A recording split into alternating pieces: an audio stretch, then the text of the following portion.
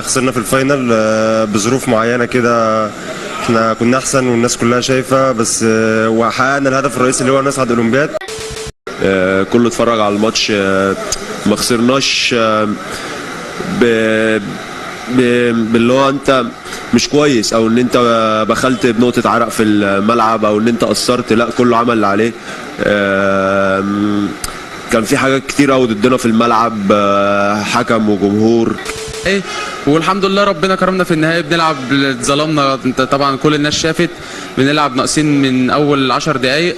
السلام عليكم ورحمه الله تعالى وبركاته.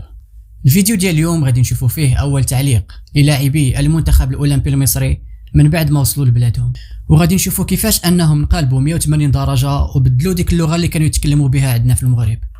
فكنا نسمعوهم يقولوا بان المغاربه خوتنا والمغاربه احلى ناس، لكن مباشره من بعد ما وصلوا لبلادهم عادت حليمه لعادتها القديمه وغيروا طريقه الكلام ديالهم ووجهوا اتهامات باطله للمنتخب المغربي، وقالوا بان المغاربه ربحوا فقط بالكواليس وبمساعده الحكام.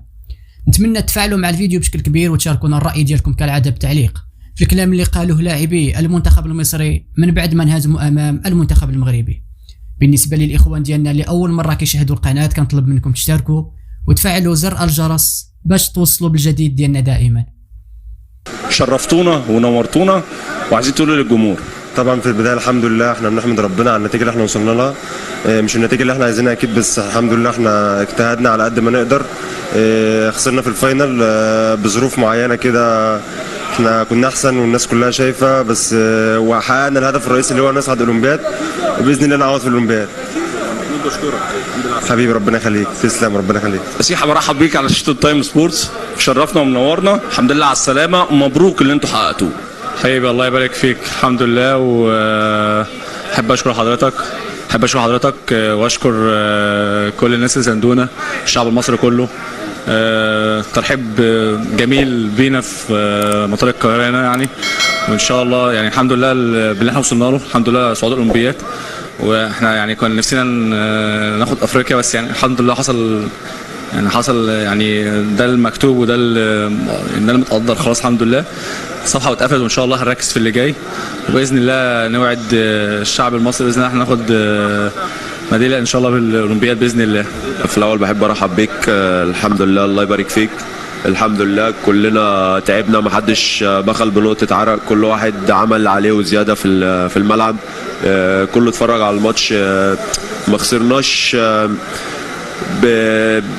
باللي هو انت مش كويس، او ان انت بخلت بنقطه عرق في الملعب، او ان انت قصرت. لا، كله عمل اللي عليه. كان في حاجات كتير قوي ضدنا في الملعب، حكم وجمهور. بس ده مش مبرر، بس برضه في الاول وفي الاخر بحمد ربنا الحمد لله. واحنا لسه بنبدا، لسه عندنا اولمبياد ان شاء الله هنشتغل لها كويس، هنستعد كويس، وان شاء الله نعمل حاجه كويسه يعني في الاولمبياد. احمد فوزي، برحب بيك على شاشة تايم سبورتس. فوزي بقول لك الحمد لله على السلامة، ومبروك الانجاز والتأهل لباريس. الله يبارك فيك. والله اولا الحمد لله بشكر ربنا، الحمد لله. كان نفسنا نعمل حاجه في الماتش النهائي ولكن ربنا ما اردش. الحمد لله صعدنا اولمبياد، وده كان هدفنا الرئيسي. كان نفسنا نفرح الشعب المصري وناخد البطوله، لكن الحمد لله ربنا ما اردش. ان شاء الله اللي جايات احسن بكتير ان شاء الله باذن الله. يعني لو كلامك بقى عن استقبال المعالي الوزير واتحاد الكوره الناس كلها، لا والله الكلام اللي جالكم من مصر بقى امبارح، هم كانوا في الاول والله العظيم من اول يوم وهم في ظهرنا دايما، ان هم كانوا عندهم ثقه فينا ان احنا ناخد حاجه، والحمد لله ربنا كرمنا بالصعود الاولمبياد والوصول للنهائي، والحمد لله ربنا كرمنا في النهائي. بنلعب اتظلمنا، انت طبعا كل الناس شافت بنلعب ناقصين من اول 10 دقائق، والحمد لله يعني كنا رجاله واقفين على رجلينا، ولكن ربنا ما اردش، والحمد لله يعني ان شاء الله الجايات احسن بكتير.